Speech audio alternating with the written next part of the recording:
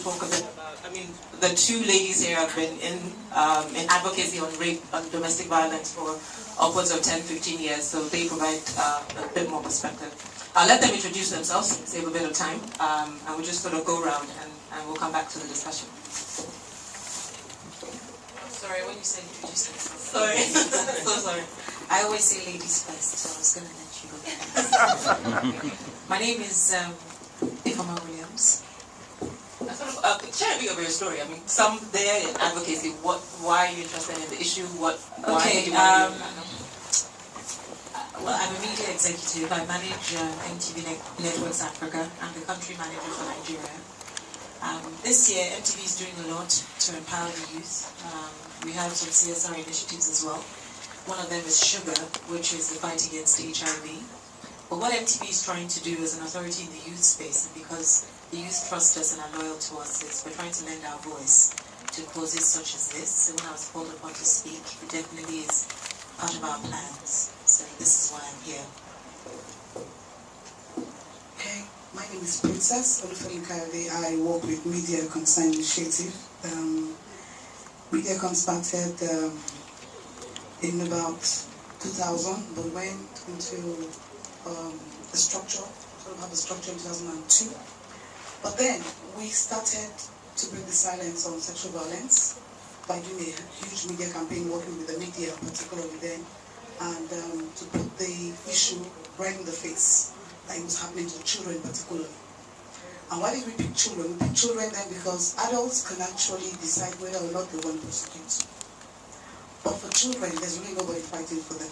And it was something, when I was in the Punch, I brought to the open, and there was a huge response from both adults, males and females, on how it happened to them as children.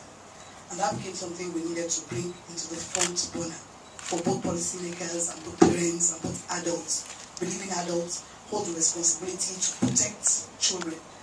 And with that, in 2005, after the huge media campaign with, electronic, print, magazines, everybody supporting the cause, we found the cases started locating us. And then we began the first ever rape crisis center in the country. And with that, the cases coming, the victim advocates took off. Now we supply HIV, which is PEP, to prevent infection within 72 hours and legal slave. So it is a huge problem, and it cuts across the nations. It's not just about Nigeria, and it's happening. When they were showing the film, it was very interesting that we actually have a case of a father who was molesting 4 children, 4 of his girls, right now. That one, he's actually in detention right now while they're investigating the matter. So it is a problem that is happening, and it is dangerous for Nigeria. Thank you. Good evening, everyone. My name is Ibeanusi. I work with Project Alert as the Senior Program Officer in charge of Human Rights Education. Project Alert on Violence Against Women is a non-governmental organization that started in 1999. And in the last 12 years plus, the organization has been at the head of advocating for a violence-free society for women and children. We are interested in this because we see these cases present in our office. When we talk about Project Alert on Violence Against Women, what comes to mind readily is, okay, maybe they're dealing with women only. But for us, dealing with women also exposes us to children. Because for most of these women, they are married and they have children. Some of them, the marriages are breaking up because they found out that their spouse is abusing the child. In some instances, it could be relatives abusing the child in the home, and it's possible the father does not want to talk about it because he thinks if it comes out in the open, it will bring stigma, some kind of stigma on the family. And so the woman thinks, I'm tired of this, I can't deal with this, I have to take my child out of this. So this case is presented to us on a weekly basis, on a daily basis, and we think it's really time to go beyond just dealing with the individual cases. It's time to begin to bring it out in the open, because it's one aspect of our Nigerian society that people try to shield. Everybody wants to hide it. It looks like it's a shameful thing. It shouldn't be said. My child has been abused. Nobody should talk about it. And so we want to talk about it, because it's that thing that makes you ashamed. Let's bring it out in the open. Because if you look at a case of rape, it is not only the victim that is affected. The entire family is affected. And when they begin to cover it up, healing cannot be achieved, closure cannot be achieved. And so we believe that in talking about these things and addressing them appropriately, we'll be able to reach out to those who have suffered in silence, those who are suffering in silence, and those who may likely suffer if nothing is done now. Stop it. Thank you. Good evening, everyone. Sadly, I'm not from any organization. I am my organization. I'm an actor by training, some training, and by profession. But you find that as an emerging actor, you do not wait till you have gotten to the point where you can be regarded as A-list before you realize that there are certain causes you must plug into along the way. Because after you have attained notoriety, you have become popular, you have become all that, to what end is it all? So you find out along the way that you must find a way to plug into something and support a cause that is important. And I know that there is a huge demographic of young people who may be paying more attention to how they want to better their lives. But then again, there are people out there, people who are going through different things, one of the cases of which we are discussing today. And I'm just one of those who believe that, you know, you must plug into something. So who are you? What's your name? Oh my God, my bad, my name is Osi Ukeji. I apologize, I thought I did. I'm sorry. Alright, the conversation, I thought we would sort of drive it around sort of 4 key issues. 1, legislation. 2, the role of traditional and new media. 3, the role of individual society. And maybe 4, I guess 2, 3 and 4 are tied, our culture. The whole culture of silence, the culture of shame, the culture of, culture of silence and the culture of shame. So maybe we'll start with that and maybe using the movie as a backdrop. This is a mother that knew her daughter was being abused. I mean, the case you referred to, Princess, is also the same. The mother was quite aware that all 4 daughters were being abused. And a friend of mine who was there, I guess to tie this as well, a friend of mine who was there, when the mother started crying that her husband was being taken away, she was actually begging the police not to take her husband away.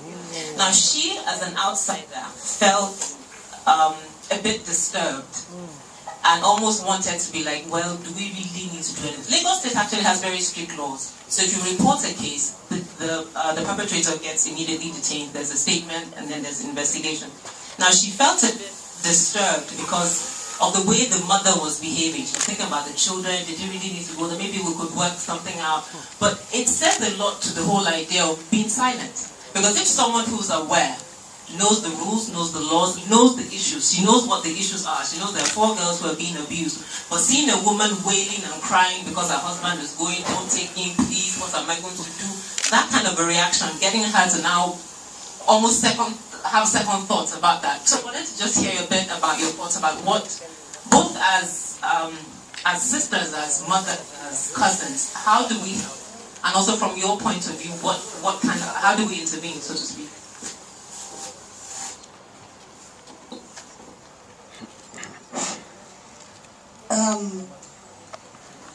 It's a very disturbing subject, but it's something. I was talking to Kate earlier that I need to take a break myself. Sometimes you just want to take away some time, because you hear a lot of things, you see a lot of things. This particular mother was very interesting. We had a mother last year who actually took her daughters away from the husband when the girl told mom that the father had been sleeping with her. She took action to separate the children from the father. But this particular one has done nothing. The first child is now 18, the first girl. But she said she could recollect when she was 12, and she told her mom. She's very particular about her husband, she's lazy, she doesn't do anything, and she decided to withhold the other 2 children because I'm a forensic interviewer, because I'm trained to interview children to get the nitty-gritty of really what happened in their words. And we insisted on seeing the other 2 smaller ones. We've seen 2 of the girls. The issue is basically one society. Our culture, we're very sentimental people. And the sentiments that we have is one of our destruction. When you hear it now, you want to take action. But later, when somebody starts rolling on the floor and begins all the drama, you begin to feel emotions. Even the police, because they're humans. So they go and say, I was called on Saturday, something, I was called, madam, what do we do now? The girl said she doesn't want to do a case. I said, so who's going to be the complainant? And I'm like, excuse me, it's supposed to be, if it's the criminal code, it is a crime against the commissioner of police versus the accused. If it's the family court and the child rights law, it is the state versus so the state is the complainant. So the commissioner of police is supposed to be the complainant. So I told her, I was very close by, I was already going home. I said, are you in your office today? I said, I'll be there in 10 minutes. I apologized to my driver because I promised him we would close early. I got there, I sat her down. I said, madam, if she is a teen, which of course she can say she's no longer doing a case, and I know it's only because they've gone to bamboozle her too. What about the other children? 5 years old and 8. Who is going to fight for them? So it turns out that we just have to take responsibility for somebody just has to stand up for that voice that does not have any voice. Because if we continue looking at, okay, yes, if you look at, because we've known about the cases October 4th, but we've been looking at the psychosocial aspect of the case. If we report to the police, immediately he will be picked up. But what happens to the woman who is not working, and what happens to those children? The father is a car driver. Now they are homeless. So when these cases come, most times they come with all kinds of issues. And we're thinking about working with we've seen the PAMSEC or social welfare, that is in the ministry, talking to him to see how to make sure we salvage those children. But then the woman is not cooperating. So at the end of the day, it's been agreed that the state will take care of the children. He will face the music. Because somebody has to face the music. But at all, the culture affects everybody, regardless of their position. Whether they are in the criminal justice sector, which means the judiciary, the health sector, the social welfare, as well as the police. Because they are humans, and they're also Nigerians. So they are the ones that will also tell you, they've gone to beg. And then the whole village will show up to beg. So it is us beginning to understand the dynamics, that the kind of society we're raising, we don't want to raise children who are going to come up with this and take guns and begin to shoot people. But we're having a lot of damaged young persons. A lot of damaged people who are in society. It doesn't stop them becoming somebody who has PhD. It doesn't stop you going to school and coming out, but you're damaged. And you really can't be. And until we begin to take note to say we've got to break that silence, it's no longer a family thing. It affects the life of the child, the victim, or the woman. And we don't want to have people who have a lot of mental cases roaming the streets, and they are. They are. I'm going to stop there so I don't take so others to contribute. I want to come into this discourse from a case we handled. We are still on it. A young girl of 12 at the time. She was sexually abused by her uncle, the aunt's husband. She came from the east to save them. And this girl was abused from the second month she came into Lagos. This continued till she got pregnant, which she did not know. The aunt found out, and when she asked her, she said, his uncle. And the only thing the aunt could do was to quickly take her to the hospital with the support of her husband, and they had an abortion on her. And afterwards, she began to lash out. Every little thing, she would beat her, she would abuse her, and tell her, you see, you want to take my husband, I will send you away. And on one occasion, she actually sent the girl out of the house, tore her clothes, after beating her, tore her clothes and pushed her out. In the process, an organization found her and brought her. This was in 2009. She's still in our care. This is 2011. Talking about the role of individuals and the role of the society. That girl's case is a classical case of how we respond to these things. She has clearly said it here that we are very emotional. The family came. Village groups came. The grandfather came from the village. But the very surprising thing about this is that this girl she's 14 now. She's a 14-year-old secret. That's the way we tag her. Because her mother had her as a teenager and she's married. Her husband is not aware she has a daughter. And so when the grandfather showed up, he said, she's my daughter. Meanwhile, the girl had told the police, this is my grandfather. And so we started finding out, how is she your daughter? Is she your granddaughter or your daughter? Said his daughter. And he did not know I understood the language. And he went, you want to disgrace us, you want to... I just stood by and I was watching. And after some time, I just spoke in the language and greeted him and said, You don't have to do that. Have you stopped to ask this your daughter why she should come this far? It's been on. They keep coming from the village. They have begged. And we said, it is not us. You don't have to beg us. The little girl said, I want justice. And for us, if she doesn't get justice, we would have failed her. The society, because the family already has failed her. The society would have failed her. Our law enforcement would have failed her. And what kind of person will she grow up to be? And what it does, it x-rays the way we react and respond to these issues. Family say so that nobody will hear about it. Police will say they have come to beg. Maybe they should go and settle. They actually told them, go and talk to the NGO. They are the ones. If you talk to them, we'll let you go. And they came back and said, sorry, it is not a matter of talking to NGO. If we do not get justice for this girl, she cannot get closure. Again, she's requesting to see her mother. And they refused for over 1 year to let her mother into what has happened to her. And eventually the mother showed up in January of this year. Interestingly, she came in and she told the girl she was lying. You're lying. And I looked at her and said, you have not even heard anything. You are saying she's lying. What did they tell you? And so automatically it means that if that girl goes back to that family, she is dead. And this tells you how we all respond. Just imagine that you are a member of that family and this kind of thing comes up. What will be your response? What we are saying by advocacy, what we are doing is, you don't have to be a member of that family to take action. The good thing is that Lagos State has made it a lot easier for us. There are enabling laws. There are structures you can get to. The social welfare is there. The Ministry of Women Affairs is there. There are organizations who can give immediate interventions. Even the police are becoming more sensitized. Though, if you go as an individual, they may want to play you. But when they know that an organization is behind it, they quickly want to take action and tell you, we don't want trouble, we don't want media. But the question we should leave here with tonight is, if it happens in my house, what will I do? Will you stand on the path of helping the victim get justice, get closure, get healing? Or will you want to cover it up as it has always been? We can do much more than just feel, oh, this happened. Yeah, we've watched the movie and we are feeling very bad. But what steps are we ready to take to make sure that what we are saying today becomes a reality? Because in the midst of all that we are saying right now, you still have families. Last year, December, I don't know if you heard of that.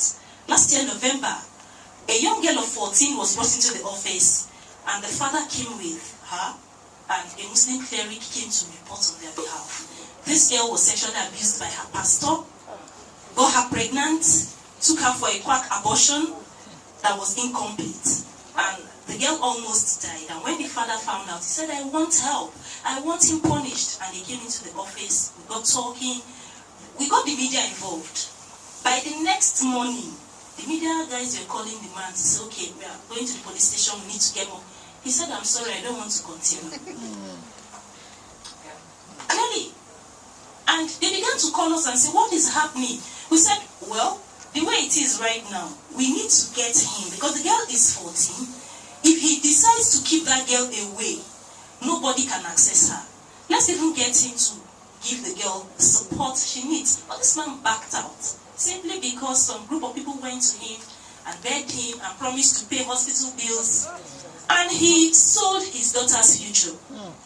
Just for, I don't know how much now. I think that brings us to an interesting point. Just as we round up, and I guess to get OC and Ifema involved with it. In addition to our culture of silence, there's also the culture of you that a rape victim deserved it, either from the way they dressed. I mean, I think it was Chris that was on TVC 2 days ago, and when people called in, he was talking about the movie. When people called in, all of the men that called in said that people who get raped is a function of the way they dress, the way they act. And a commissioner of police on this Absu case said that the lady consented to rape. How you consent to rape? And this was his report at the end of the investigation. that she consented to rape, and rape is, in a sense, an acceptable way to punish proud girls. Oh yes. We could have a whole conversation about rape on university campuses, but I just wanted to get a bit about also society's perception of, in a sense, the person who gets raped plays a part. You have two boys. Are you talking to them about treating women, or how they treat women, how they see women, and then also from a male perspective and around up? You know, thankfully I have two boys, because listening to all that has happened, I can't go straight into answering your question. I crave your indulgence, audience. I really must thank and commend your work. I must speak on what they have spoken about before I answer your question. You know, they say the kingdom of God suffered violence, and the violent take it by force. A part of Nigeria I'm affiliated to because of my mother, which is Delta. They say Chris man, they fear king.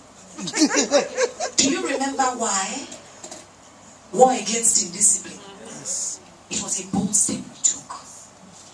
This rape thing, as I speak, I'm actually shaking, and that's why I said I'm happy I have two boys.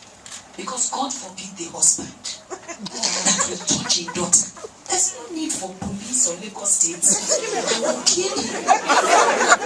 Take his axe and go and hang myself in. Because what else is there? No, to be honest with you, we have to take drastic measures. And the mothers who are trying to defend, they should be jailed. The Lagos State should look for how to look after those children. I think that's the only, I'm sorry to get so emotional. Really. And then when we speak about people saying girls brought it on themselves, truly, discretion is the better part of valor. So some things really are for offer. We must be honest, let's have a candid opinion. Why will a young girl, knowing that they are drunk men, be unaccompanied in a bar, in a dangerous place, scantily? I'm not saying that it gives the men or the perpetrators the right, but why put yourself or set yourself up for that kind of destruction? I don't know what the Apsu girl wore. I don't know what she was wearing. It is sad that in a country that gained independence 51 years ago, a police commissioner can say such, and nothing has happened. But the thing is, mothers, brothers, charity begins at home. You know, I feel like there's so much to be said. We don't have the time. But I see young girls nowadays, to be very honest with you, what we call pubic hair is now public hair because of hipsters. Yes. I see some clothes and I actually shudder. I've always been conservative in my style of dressing and all of that. But we do need to educate our young ones. Yeah. But those are the ones who are old enough to comprehend. What is there to be said for a 12-year-old who is being raped? Five. Or a 5-year-old. Yes. And the mother is protecting the father. Well, there's too much to be said. As you can see, I'm very passionate about this topic. What I will say, my 2 pennies worth, is that legislature or the legislative arm of government must do something. Drastic measures must be put in place. Once you are caught, I don't even believe this one of, trial before court. Once you are caught and there's the slightest evidence, they should jail them, or I don't know. I think so. So let's take, we did why, and I couldn't believe that Nigerians were queuing. I was young at the time, I was in primary school, but Nigerians queued during the Ibeanusi time. If you put drastic measures in place, people will fall in line. Yeah. So, thank you. Okay, let me say at this point, I have always said that it is amazing the amount of things that men get away with around the world. Yeah. A lot of men get away with a lot of things. And let me say that there is no reason to excuse anything that a man does to a woman by way of physical violence. There is nothing around your head that you can wrap it to understand that a woman was physically abused by a man. But I need to say this at this point. I honestly think that the sort of training that I got from my mother, for example, has helped me become who I am today and helped me chart the course that I I'm charting today. And I have a younger sister who also went through that sort of training. And it is difficult for us, even at our ages now. My younger sister is 28 years old. It's difficult for us to veer from the things that we learned from people like my mother. You know, so I think that there is a lot that has to do with the home. The way the mothers bring up the children. The things they are taught at a certain age. You know, things they need to be exposed to by way of conversation. You know, between mothers and daughters. It is important because if the mothers do not educate the daughters, someone else is going to. You know, and we do not want experiences to teach our children the things that they could have been taught by way of speech. You know, so I know this because I've seen what my sister had gone through for things as little as perming your hair. I'm serious. As in, you can't, or you want to cut your hair and feel funky. You can't in my mother's house. You can't do it now. You know, so I think that things that the mothers of today who also really need to come to the point where they see themselves, well, I'm not going to say as equal with men, but have a sense of value for themselves. Because that is important. If you know who you are as an individual, as a woman, the fact that you are quite the strength of the family, and the truth is, if you're not there to do the things that you do based on your functions, the family might actually collapse. It's important for you to be able to translate and transmit the same thing that you know of yourself as an individual, the strength you have, to your daughters, so they can do the same thing. And the second thing I'd like to say is, I also think that there is a way we can incorporate things about societal ills in our educational sector. Because if we find a way to inject it from, the primary level, the secondary, tertiary level, it will help us know things that if you see a picture of any of these things, you can open up, you can speak about these things, you know, and then if we open up channels for people to lodge complaints and talk about these things, we will start the redemption process. Thank you very much. Just as a way of a plug, Project Alert has the only shelter in Lagos State, private shelter. Lagos State has a shelter, but Project Alert has the only private shelter. And MediaCon has a 24-hour counseling line. There's some materials on the table outside, so please pick them up as you go. Please, a round of applause for our panelists. Thank you.